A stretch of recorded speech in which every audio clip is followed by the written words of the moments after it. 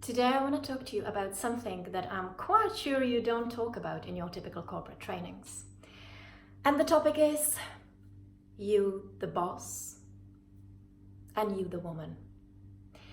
Look, I don't know about you, but when I look at my own life and at the lives of my clients and of my best friends who happen to be female, bosses of companies, founders of companies, women sitting at the board of companies, they have high-fly jobs and they're super happy with their professional career. But when they close the door of the office, things are not as rosy back at home. Maybe their relationships suffer. There is not enough spark. Their relationships are no longer fulfilling, satisfying. Or some women don't have any relationships at all. What's happening in here? Look, I'm not an expert on the topic of relationships, but because I see this around, I have learned certain things, and every time I talk to them with women, they find it very helpful. And so I want to bring them to you as well as food for thought. You don't need to believe me, but just think about it and think how it reflects in your own life. So imagine this. Imagine that you're having one of these days at the office. There is stuff going on in your team, there is some conflict and you need to step in order to calm things down. Then you're rushing into this meeting. It's a big meeting, some big decisions are expected to be taken, but there are different opposing opinions, there is a lot of conflict, and you're standing there in the middle trying to draw some conclusions, trying to lead to an end. And so at the end of the day, you're exhausted. And you come back home and all you want to do is just crash on the sofa and sit back and watch TV or read one of those trashy magazines. All you want is just to switch off. And you secretly wish that your partner maybe gives you a little massage, or that he's got the idea of cooking something for you. You really desire that he takes care of you and he nurtures you. But it so happens that your partner also has a high-flying career.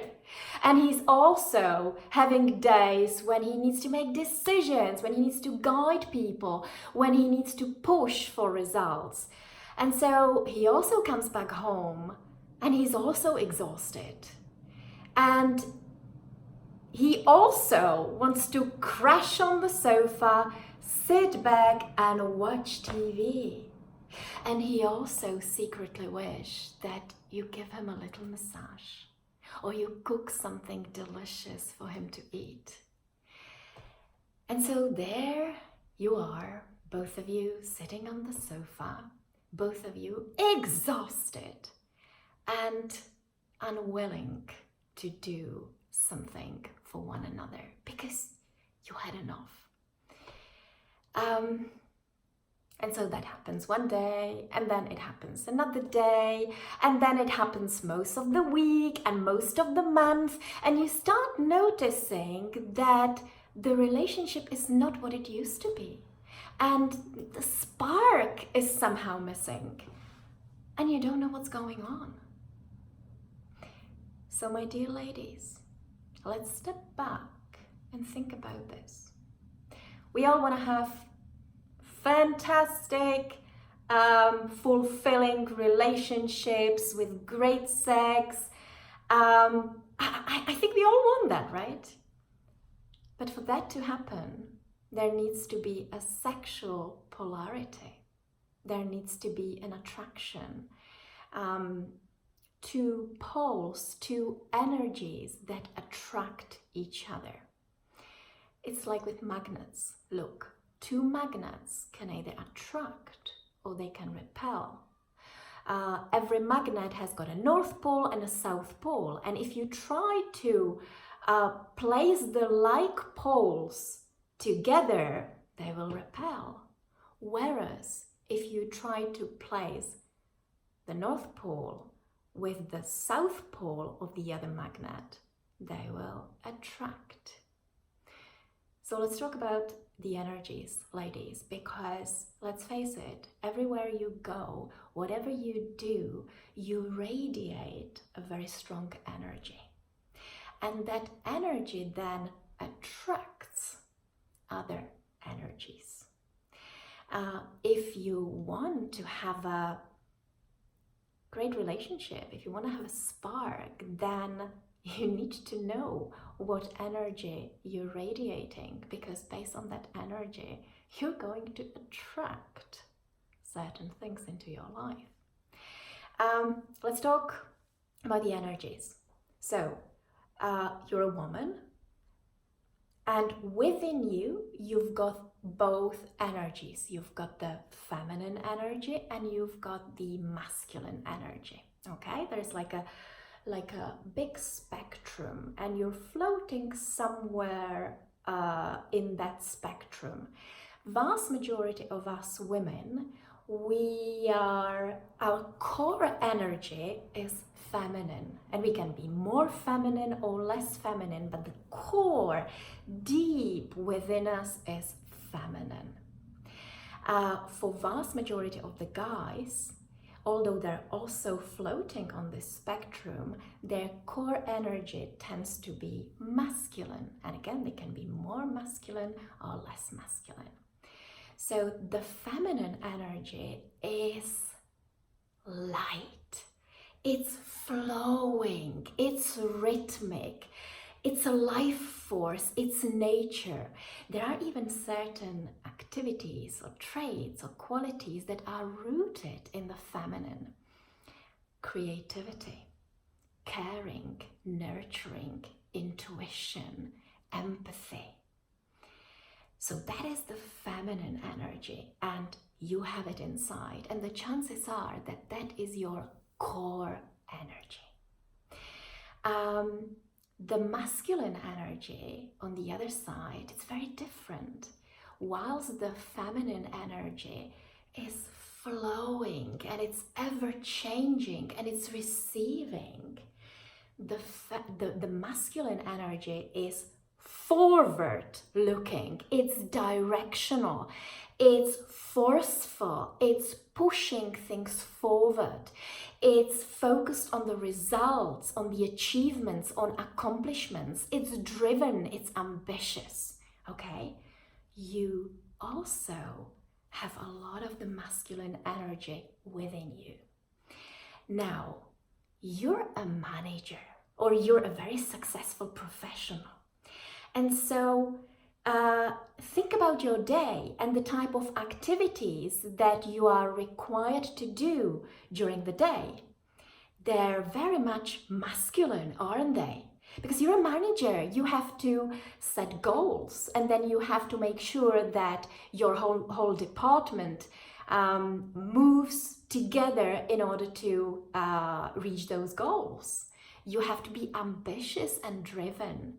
So you as a manager, you'll learn to use very well your masculine energy. The trouble is that if you use that energy every single day and you kind of start finding a comfort in that energy, it becomes your comfort zone, it becomes your default energy from which you do stuff, because you feel that by using it, you're very successful. That energy starts to radiate out onto the others. And that's where the problem is. Because if deep down at your core, you're still a woman, you feel feminine, you need to know that on the outside, you're radiating the masculine by the way you move, by the way you talk, by the way you think. You radiate a lot of the masculine. So going back to the example of you and your partner, if you come back home and you're still in that masculine of doing stuff and proposing stuff and making stuff happen, or if you want to switch off and from the day of busyness you want to move into emptiness, that's also masculine. If you're in that masculine energy at work and you take that masculine energy and you bring it back home, guess what happens? Your partner is probably also coming back home with his masculine. And there you have it. Masculine together with the masculine. And then you start complaining, you never do stuff for me, you know. I was so busy at work and I expected you to do this and you never do that for me. And your partner does the same. Well, you know, I'm really tired. Wouldn't it be really nice if at least once a week you cooked a dinner for me? But none of you is willing to give in because you're both in the masculine. And the masculine repels. So although you love each other, you truly love each other, you start to feel that the spark in between, the chemistry in between the two of you is vanishing because you're in the same sexual polarity. Masculine, masculine. Or imagine you don't have a partner, okay? And you're on the dating scene. So you go out and because you're this successful manager, you're full of ambitions, you're driven, you've got a successful career. With that energy, you step out into the crowd. And you're going to attract some people into your life. You're going to attract some man. And initially, you know, you really feel that attraction. Oh my God, what a lovely, sensitive man. And he actually is interested in me. And he asks me questions and he is so sensitive. And you're all excited. So at the beginning, everything seems like heaven. But after a while, you start looking at the guy and think, but he doesn't seem to have any ambitions. He doesn't have any goals. He seems a bit weak. I mean, can I trust him? And then you think, why do I always attract into my life these kind of guys? What's wrong? But my dear lady, if you realize that you radiate a lot of that learned, acquired masculine energy, and you know that opposing energies attract, then now you should see that you have probably attracted a man with a lot of feminine energy. And he feels attracted to you because he feels you're going to compliment him. Because yeah, he needs a bit of that drive and ambition himself, and he sees that in you, he's attracted. So don't complain, this is what you're attracting. So careful what kind of energy you radiate out. If you are deeply at your core still a woman, you feel feminine, you need to actively cultivate the feminine. Because if you're every single day submerged in the masculine, it becomes your default energy. It becomes the energy that grows. But you know that if something grows, something else has to shrink. And guess what shrinks? Your feminine energy. And that's a problem. Because maybe that's the energy that you have deep in the core, but it doesn't radiate from you. And you will continue attracting maybe the wrong type of guys into your life. And so from my perspective, it's all about knowing what energies we tend to use, and it's actively cultivating the opposing energy, and it's knowing when to step from one energy and enter another energy in order to create that sexual polarity and have that spark in our intimate relationships or attract the right people into our life. So ladies, this is my 2 pence. Think about it. Think about it. I will try to record some videos for you on how you can actively cultivate your feminine energy, to really tap into your core feminine, because there's a lot of things that we can do. And think about your relationships and how what I said reflects or not in your own relationships. And let me know. I listen and I want to hear what you think about this, and I want to know whether you see the point I'm trying to make in here and whether it can help you somehow. So think about it, let me know, and I will see you in my next video.